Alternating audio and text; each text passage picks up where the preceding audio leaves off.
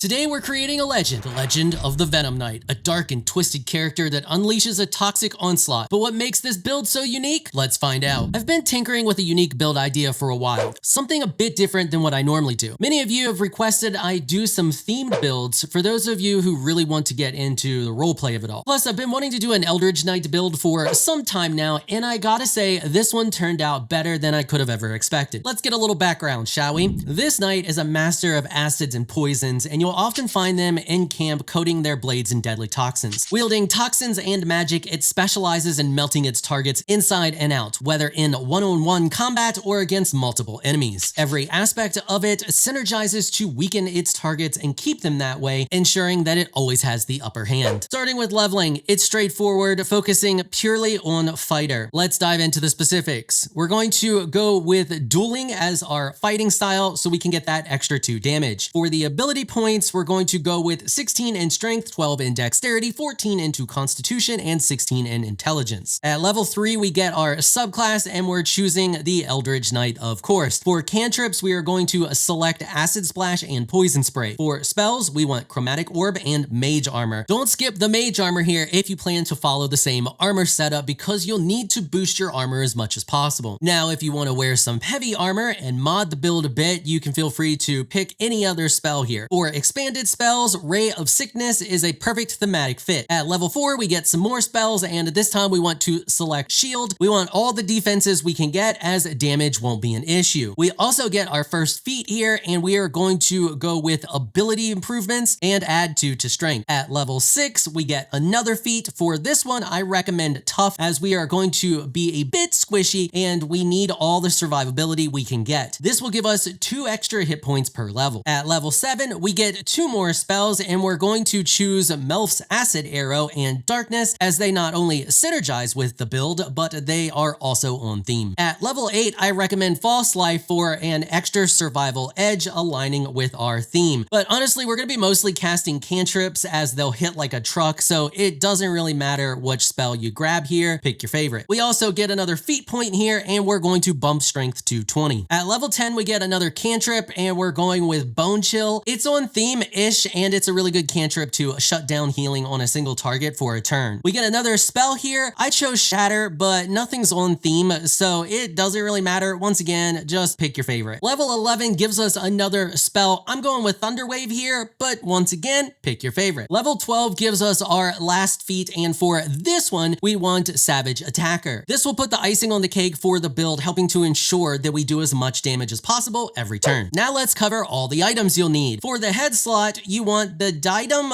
of Arcane Synergy. I guess that's how that's pronounced. No idea. You can see it on the screen. This states that weapon attacks deal additional damage equal to the affected entity's spellcasting ability modifier. This gives us 3 extra damage per weapon attack. The cloak we're using is the Flesh Melter cloak. It states that every time we get hit, we deal 1 to 4 damage to whoever hits us. This synergizes perfectly with our gloves of choice, which is the Icarus gloves. They state that when the wearer deals acid damage, they also inflict noxious fumes on the target, which is an AoE effect that gets triggered by the acid damage on the cloak and deals 1 to 4 damage to anything that stands in it every turn. This makes us very toxic to hit. Our chest slot is the Poisoner's Robe, which states that when we deal poison damage with a spell, we also deal 1 to 4 additional poison damage. Now, I want to point out here that this states for a spell. However, this works on cantrips too. A lot of other things in this game, when it states spell, it doesn't necessarily always work on cantrips, but I verified this. This does indeed work with our poison spray cantrip. That's why we are wearing this and not some random heavy armor. It's on theme and it boosts damage. For our boots, I chose, I'm not going to pronounce that name, you can see it on the screen, which prevent us from being affected by acidic surfaces, and we also have resistance to acid damage. The necklace you want is the Necklace of Elemental Augmentation, which says that when we do elemental damage, which in this case is acid, with one of our cantrips, we add our spellcast modifier to the damage we do. This helps to increase the damage we do with Acid Splash. We now have a situation where Acid Splash gets a bonus from our necklace and Poison Spray gets a bonus from our chest armor. The 2 rings we are wearing are Ring of Elemental Infusion and Caustic Band. Caustic Band is is pretty self-explanatory. It deals acid damage when we hit a target, and because we deal acid damage, we create an acid cloud, which damages the target and weakens their armor. The other ring gives us elemental infusion, which says when we deal elemental damage, in this case, once again, it's acid damage, it infuses our weapon until the end of our next turn, and we gain 1d4 more damage of that elemental type, in this case acid, on our next attack. Because we can cast a cantrip and then attack, we can easily charge this and attack in a single turn. Most gear is available in Act 1, with a few unlocking in Act 2. I'll link to a page on the wiki that allows you to easily search and look up the locations of all of these items. It's way faster for you to do that than it is for me to put all of them in this video. For our weapon and shield, I'm going to cover the end game setup first. Then we will talk about early game options. Your end game or Act 3 weapon is the Flail of Ages. This thing is nuts. Not only does it do good base damage, it also allows you to transmute it and add acid, cold, or fire damage once per day. This adds an additional 1d4 of that damage type on top of giving you a +1 enchantment bonus. Our shield of choice is not going to pronounce that name. You can see it on the screen, and it gives us +3 to our armor, as well as reflective shell and spell guard. Spell guard allows us to have advantage on anything spell related that is used against us, so attack rolls and saving throws. Now let's talk about early game. Unfortunately, there are not many early game weapons that do acid or poison damage. At least none that are very good. So I suggest the Baneful. This is a pretty good sword, and it's made for Eldritch Knights and Warlocks. It's kinda on theme, and once we get to Act 2, we can ensure we get that acid bonus on it with another weapon, which I'll talk about here in a second. So once this weapon is bound to us, it gains Favored Weapon. This gives it a +1 to enchantment, and its attacks have a chance to cast Bane on the target you hit with it. This makes it harder for them to hit us because they take a 1d4 penalty to their attack rolls. But the really fun part here is they also take a 1d4 penalty to saving throws, which makes it easier for us to poison them and hit them with spells. So it does synergize rather well with the overall build. For an early game shield, I highly suggest the Adamantine shield, as it prevents us from taking crit hits. Less damage is always good. Once you get to Act 2, you want to get your hands on the Drake Throat Glaive as soon as possible. You can use this to enchant your sword to give it 1d4 acid damage. You'll have to do it every long rest, but it's the best way to get acid damage on our sword of choice until we get to Act 3 and can get the flail. Now, before we move on to how it plays, I do want to talk about an honorable mention for a necklace, and that's the Broodmother's Revenge. If you don't want to deal with dipping your weapon in poison, although that is part of the theme and roleplay part of this build, but if you don't want to do it, Broodmother's Revenge is an excellent choice for an alternative necklace that sticks to the theme of the build. It states that every time we get healed, our weapon becomes coated and deals 1 to 6 poison damage on hit. And that leads me to poisons. You want to always be carrying poisons with you. You're the Venom Knight. It's kind of your thing. If you know you are going to be in a fight, you dip your weapon before you get into the fight. If it's a surprise fight, dipping your weapon should be the first thing you do. Depending on the fight will depend on the poison you use. That's going to be your choice when it comes to it, but be sure you have options. Because of this, I would suggest having a transmutation wizard in your camp to help you maximize your resources. This is because when they craft stuff with alchemy, they have a chance of crafting 2 of said thing. Using a hireling is the easiest way to accomplish this, and you always want to be buying poisons when you see them in shops. Play-wise, it's simple. Dip your weapon, cast a cantrip, attack, next turn, attack 3 times. Next turn, cast a cantrip and attack, rinse and repeat. The rest of the build just works, and you do massive amounts of damage. Once you are max level, if you attack first without casting a cantrip, you get 3 attacks as fighters get the improved second attack. And if you use a cantrip first, you can give yourself bonus damage on a single hit if you use Acid Splash. Because you are an Eldritch Knight, you have the ability to attack once with a bonus action after using a cantrip. As for the cantrip to use and win, you use Poison Spray to do more damage from the spell alone, and you use Acid Splash to weaken the target's armor, making it easier to hit them, as well as doing some damage, and boosting the damage on your next melee attack by 1d4. more. And that's it. That's the Venom Knight build. If you found this guide helpful or informational, hit the sub button for more awesome content. And if you're looking for some more Baldur's Gate 3 content, you can find a link to another one of my videos on the screen right now. I want to give an absolute massive shout out and thank you to all of my channel supporters for helping to keep these videos sponsor free. You all are absolutely amazing people. If you would like to become an official channel supporter, check out the links in the description below. If you enjoyed this video, please leave a comment down below. Let me know what you thought. If you're shy, you don't like to comment, just hit that thumbs up button and share your support. Until next time, thanks for watching.